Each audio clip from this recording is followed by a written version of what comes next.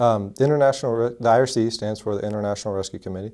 We're a nonprofit organization that works with refugees all around the world, but in San Diego we work to resettle refugees in the San Diego area. And the Students Plus program is the after-school program that works at Crawford High School through the IRC, and to work with refugees and any teen actually at the school that wants to improve their English, improve their math, and just improve their grades in general, and have a safe place to hang out after school. The Crawford neighborhood, the neighborhood surrounding Crawford High School, is a lower, low-income area, and it has there's some violence in the neighborhood, and a lot of it is gang violence. And the main park in the area is Colina Park, and it's been the site of a lot of violence over the years, and a lot of that violence comes down to ethnic lines. Whether it's the Somali students being targeted, or African American students being targeted, or Hispanic students being targeted. It's a place where a lot of students are afraid to walk through the park, especially late at night, and especially right after school. As soon as school gets out, it's just there's so many students there that there's a scene of it's a kind of a flashpoint of a lot of violence after school. So we've been looking for a way to keep some students after schools on Friday, to keep their interest, and kind of have a fun activity going on that maybe is not so much academic, but a little bit more fun, and something that they can get their weekend started on a fun note. So a couple years ago, we decided to start a sports after school on Friday. So we originally started with boys trying to play flag football, basketball, anything to kind of keep them after school. But no one was really that interested in basketball or flag football. Most of the students were Somali students, so they all love soccer. So every week they'd come and say, "Let's just play soccer. Let's just play soccer." And we'd had maybe 5, 6, 7 students staying around on Fridays just to play football or basketball or whatever. The first day we brought out a soccer ball, there was over 20 students staying.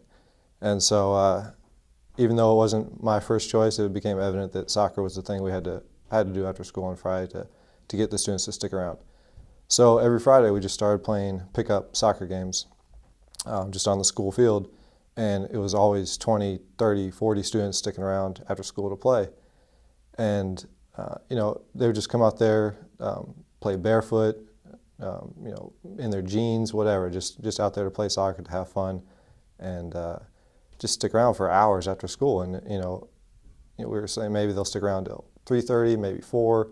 It was going on 4:30, 5 o'clock, still sticking around playing soccer.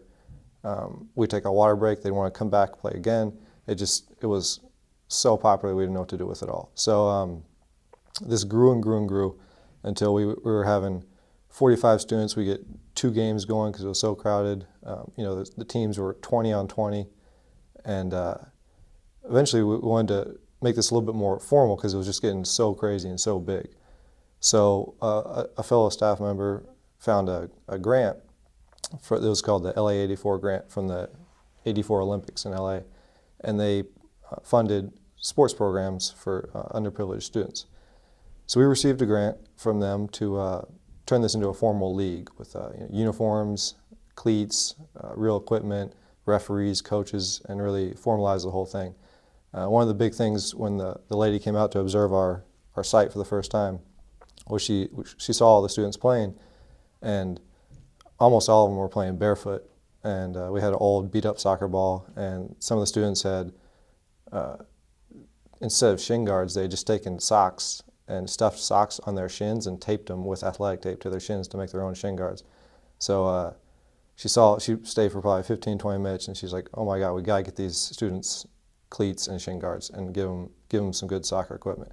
So we received the grant, and so that was last year. So this year was our first year of starting the formal league. So we put out flyers around campus. We had sign-ups, and over 100 students signed up to play in the first season, which was going to be a 6-week-long season. So we decided to hold the league in Colina Park to kind of provide a positive influence in that park, having something positive going on in the park where the students will look at the park as a safe place.